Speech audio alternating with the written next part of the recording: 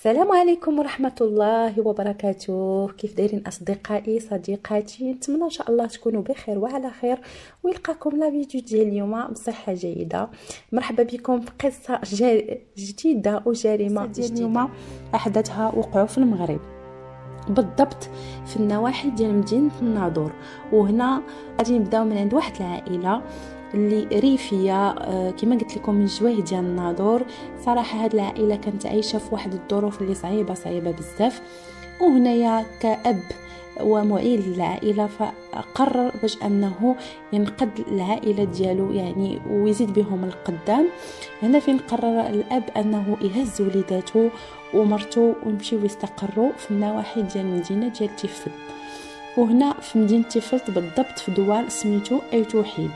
وهنا الاب غادي ياخذ واحد الدوير على قد الحال، وايضا غادي يشري واحد الارض يعني حدا ديك الدار ديك الدويره اللي خدا باش يدير فيها الفلاحه وبحال هكا يعيشوا منها. كان هذا هو الهدف ديال الاب، انه مسكين يدير الفلاحه ويكون قريب لوليداته. دازت السنين وكبروا الوليدات تبارك الله، وهنا تزوجوا الوليدات، وايضا تزوجت فاطمه هي بطله ديال القصه ديال اليوم. فاطمه تزوجت ايضا من الدوار ديال اي توحيد، ولكن ما دازتش مده كثيره على الزواج ديالهم وطلقات فاطمه. ولكن فاش طلقات ورجعت للدار ديال الاب ديالها ما رجعتش بيديها فارغين، رجعت ومعها واحد الوليد صغير اللي باقي التربيه.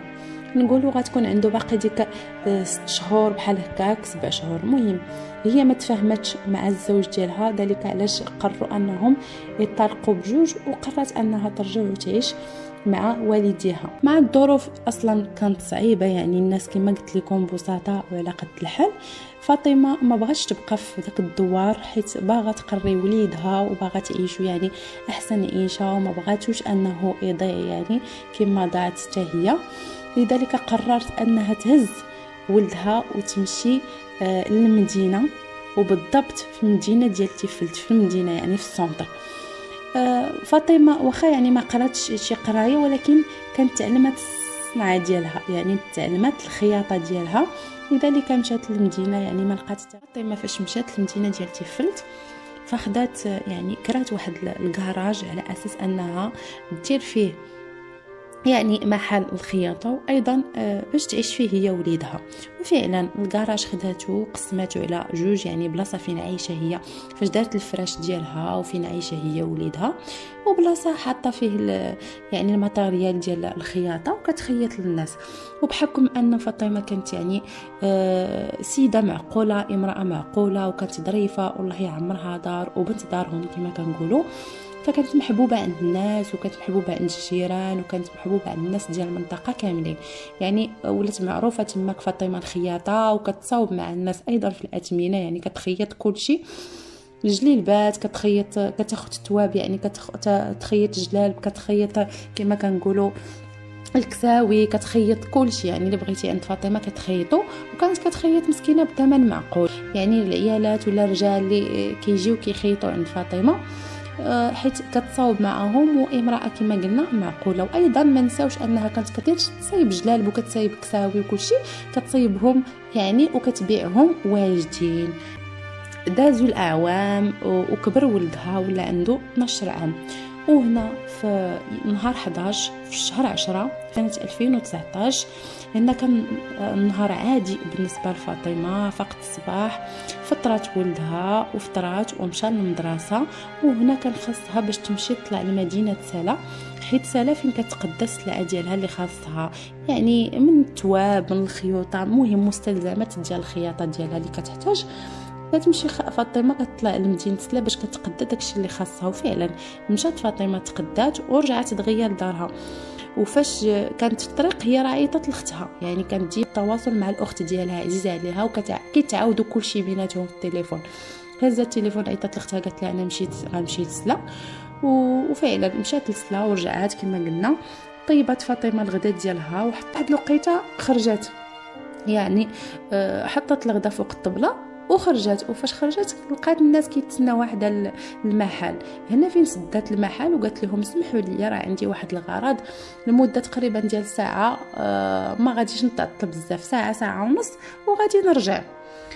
هي فاش الناس مشاو اللي كيتسناو فاطمه على ود الاغراض ديالهم وعلى ودها انها باش تحل المحل، وفعلا هي هزت التليفون تاني من بعد، عيطت الاخت ديالها قالت لها راه وصلتني الخبر باللي واحد خو صاحبتي توفى الله يرحمه، غادي نمشي باش نعزيه.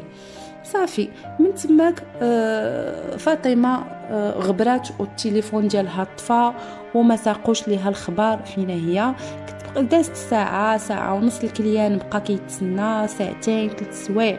المهم التليفون ديال فاطمه طافي، كيتصلوا بها والو، كتصل بها الاخت ديالها والو، تا وصلت 10 ديال الليل وباقي فاطمه وصلت عليها حتى الخبر وباقي التليفون ديالها طافي. الناس ديال الحومه كما كنقولوا لي مولفين كيعرفوا فاطمه، كيعرفوا بلي انها ما تقدرش انها تغيب هاد المده كامله، وما تقدرش انها تخلي الولد ديالها في الزنقه، والولد باقي يعني باقي غير حدا الكراج. مع كيما قلت لكم الام ديالو سدات الكراج وخرجت، بقى الولد غير في الزنقه تماك 10 الليل والدري مازال ما دخلش والام ديالو غبرات. المهم هنا الجيران بدورهم داروا داكشي اللي عليهم، دخلوا الدري عندهم الدار، وهنا فين خداو التليفون كيعيطوا والو، بقاو كيتسناو وهما ياخذوا التليفون ديال الاب ديال فاطمه وعيطوا ليه السلام عليكم سيدي بخير، واش فاطمه ما جاتش عندكم؟ قال لهم لا. قالوا له ودي الابنه ديالك راه تقريبا راه ملي خرجت وقت الغداء ما جاتش والتليفون ديالها طافي، راه ولدها هو في الشارع، راه غير هزينا دخلناه للدار. صافي هنا الاب بقى كيصوني وبقى كيسول. مهم دخلوا الشك هو يجي، يعني جا خدا المركوب، جا من الدوار ديال اي توحيد، جا لعند فاطمه المدينه في الدفلت. جا مهم جا لقى الابن ديالها بقى كيسول، قال لهم المشكله هنايا الكراج كان شاعل فيه الضوء، وهو يصحابوا الابنه ديالو فاطمه تكون رجعات يعني الكراج وقع عليها شي حاجه، مرضات الله يستر ولا سخفات ولا طرات ليها شي حاجه في الداخل ديال الكراج. وهنايا قرر انه يمشي عند واحد السيد باش يحليه المحل الكراج. وهنا السيد قال لي بدورو انا ما نقدرش ندير نغامر معاك هاد المغامره هادي، فضروري انك تمشي تجيب واحد التصريح من الاداره من عند البوليس باش نفتحوا المكان. وفعلا مشى السيد عند البوليس عاود لهم شنو كاين، وهنا بدورهم البوليس مشاو صيفطوا مع واحد السيد باش انه يشوفوا المحل. وفعلا حلوا الكراج ديال فاطمه، لقاو يعني داك التقديه اللي يلاه تقدات محطوطه تماك، الماكله ديالها يعني حطاها، يعني فاطمه كانت على بالها خارجه غادي تقضي غرضها وغادي ترجع في حالتها باش تغدا هي وولدها وباش تحل المحل العشيه. خلى السيد بدار قلب المدينه كاملها وهما كيقلبوا شيامات، حط البلاغ عند البوليس لفائده العائله باللي بنته يعني مفقوده. مهم السيده غبر لها الاثار مده ديال ايام وهما كيقلبوا عليها، المده ديال الشهور والو نفس النتيجه. واحد النهار واحد السيد بسكان ديال النواحي ديال مدينه تيفلت عنده واحد الضيعه وكانت محتاجه الصراحه الاصلاحات، وهو خدا الردم كما كنقولوا وبغى يعاود يصايب الضيعه ديالو. وهنا فاش خدا الردم يعني جاب واحد التراكس باش انها تهز ليه داك الردم وديرو في البلاصه اللي بغا، ولكن تراكس ما بغاتش تخدم ليهم. وهنا سبحان الله العظيم كما كنقولوا الروح عزيزه عند الله. المهم هنايا فاش ما بغاتش تخدم ليهم تراكس، هنا فاش قرر انه ياخذ الخدامه ويردموا ليه ضروري داك اليوم، هو كان باغي الاصلاحات يداروا ليه في الضيعه ديالو داك النهار. فخ جاب شحال من خدام كما كنقولوا، شحال من عامل، وبداو كيرجعوا داك الردم بالباله، بداو خدامين بالباله. وهنا فين واحد السيد غادي يلاحظ واحد الطرف ديال الجوته، والطرف ديال الجوته بحال البوط ديالها لتحت، الطرف ديال الجوته لقاوه مقطع في واحد الحاله راه ما نعاودش لكم. والطرف ديال الجوته باين ديال المراه يعني ماشي ديال الراجل، ديال الانثى، ومشى عيط للناس، تجمعوا تماك الناس، وهنا فين مول الضيعه غادي يمشي يعيط للبوليس. وفعلا البوليس بدورهم جاوا لعين المكان وفتشوا ديك البلاصه، وداك الردم الاخر حاولوا انهم يجبدوا لعل وعسى يلقاو يعني طروف اخرين ديال الجثه. ديال البحث هنايا فين البوليس خداو الشيفور، يعني داو الشيفور اللي جاب لهم داك الردم، وقالوا ليه فين جبتي هذا الردم. هم التجزئه فين جاب لهم الردم، وحاولوا انهم يقلبوا تاني باش يلقاو شي حاجه، وفعلا ما لقاو حتى حاجه. وبالنسبه لذاك الطرف اللي لقاو خداوه وداوه التشريح، خداو واحد العينه باش يديروا بها لا دي ان. هنايا الطبيب اشنو قال لهم هاد الجثه هذه ديال المراه غتكون من عندها 40 عام. هنايا باش البوليس يخفوا عليهم اولا كما كنقولوا يسهلوا عليهم المأموريه، مشاو شافوا الناس اللي حطوا يعني البحث لفائده العائله، وفعلا لقاو ان في ديك المنطقه 3 الناس فقط اللي حطوا في بحث لفائده العائله، ومن بينهم الاب ديال فاطمه.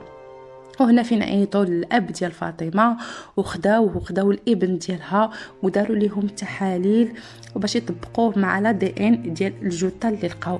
وفعلا لقاو بلي لا دي ان مطابق 100%، يعني السيده اللي ميته والجثه ديالها هي ديال فاطمه مسكينه الله يرحمها.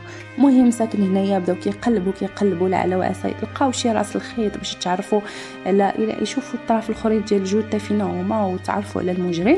ضروري كيديروا الابحاث، يعني خصهم يبحثوا مع العائله ديال فاطمه، مع الاب الخوت والاصدقاء وكل شيء. وهنا فين غادي يوصلوا عند الصديقه ديال فاطمه وغادي يسولوها يعني واش كتعرف واش فاطمه عندها شي عداوه مع شي حد، ولا كتعرف شي حد يعني بيناتهم شي خصومات او لا شي حاجه. هنايا السيده قالت لهم لا، يعني فاطمه معروفه الله يعمرها دار مع الناس مع لي كليون ديالها وكل شيء. الابحاث ديال البوليس مع الصديقه تقول لهم ودي راه كتعرف واحد السيد سميتو رشيد وهو من الباديه، وهذا رشيد راه بغى يتزوج بها ولكن فاطمه ما قبلتش حيت ما بغاتش ترجع للباديه. يعني فاطمه بانيه حياتها هنايا في المدينه، ما عندها ما دير، ما بغاتش ترجع للباديه. وهنا فين ايضا الابن ديالها قال لهم فعلا راه واحد السيد سميتو رشيد راه مره كيجي عند ماما المحل، راه بغى يتزوج بها ولكن الام ديالها راه ما باغاش. دازت مده البوليس كيقلبوا باش يلقاو يعني كما قلت لكم المجرم، ولكن والو. دازت تقريبا شي عام، وهنايا الاب غادي يرجع لحياته العاديه، يعني على امل انه يلقى الجثه الكبيره ديال الجثه ديال الابنه ديالو. لكم فاش دازت هاد المده هادي السيد قال سمع عليه ما بيه حتى وصل واحد الاتصال من رقم مجهول، والاب غادي يجاوب وهو كيجاوب عيط ليه واحد السيد وهو كيهدد فيه، قال ليه الا ما رحلتو من هنايا والا ما بعدتوش انت ولادك راه غادي ندير فيكم كما درت لفاطمه، غنقتلكم كاملين. السيد صافي تدعق، يعني جاه الاتصال اللي تهديد مباشر. مهم ما عرف ما يدير، جلس مده مهم وهو كيخمم وحاول انه ينسى الموضوع. وداز تاني واحد المده جاه تاني نفس الاتصال، وهنايا فين غادي قرر انه يمشي عند الشرطه التقنيه.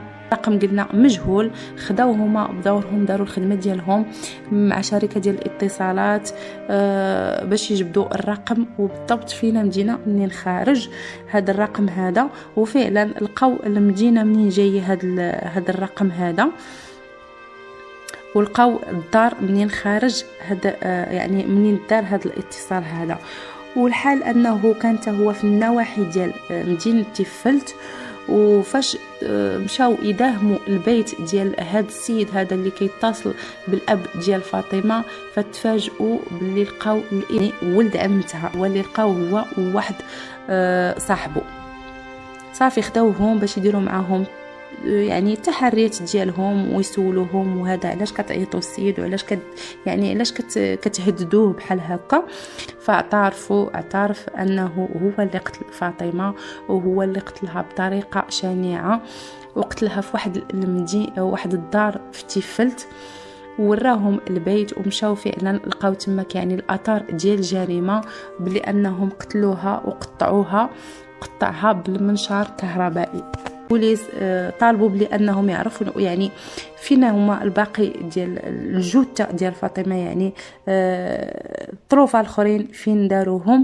قالوا لهم راه درناهم كاينين في مدينه ديال مكناس، وبالضبط في القنطره ديال ويسلان، يعني في قنطره ديال ويسلان. البوليس فاش مشاو فعلا لقاو شي طرف ديال فاطمه، ولكن اليدين ورجلين ما لقاوهمش.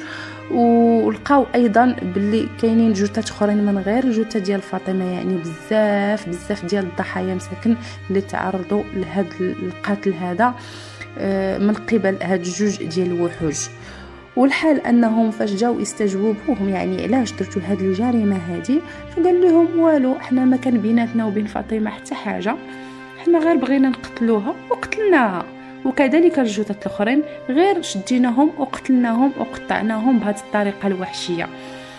اعترفوا بلي انهم يعني متطرفين كما كنقولوا، مساكن عندهم افكار خاطئه عن الدين، افكار لا علاقه لها بالدين، حاشا واش تكون مسلم ودير هاد الفعيل هادو. صراحه ما عندي حتى فكره على الحكم يعني اللي تصدر على هاد المجرمين هادو. المعلومات اللي كانوا عندي الصراحه في هاد القضيه ديال فاطمه الخياطه. نتمنى ان شاء الله القضيه تنال الاعجاب ديالكم، وما تنساوش تحطوا لي الاراء ديالكم على القصه كي جاتكم. صراحه جاتني قصه غريبه، والنهايه كنا كنتسناو ان يعني النهايه تكون انهم يلقاوها مازال حيه، ولكن مسكينه مات ومشات عند الله، الله يرحمها. تلاقاو في قضيه جديده وقصه جديده، مع السلامه.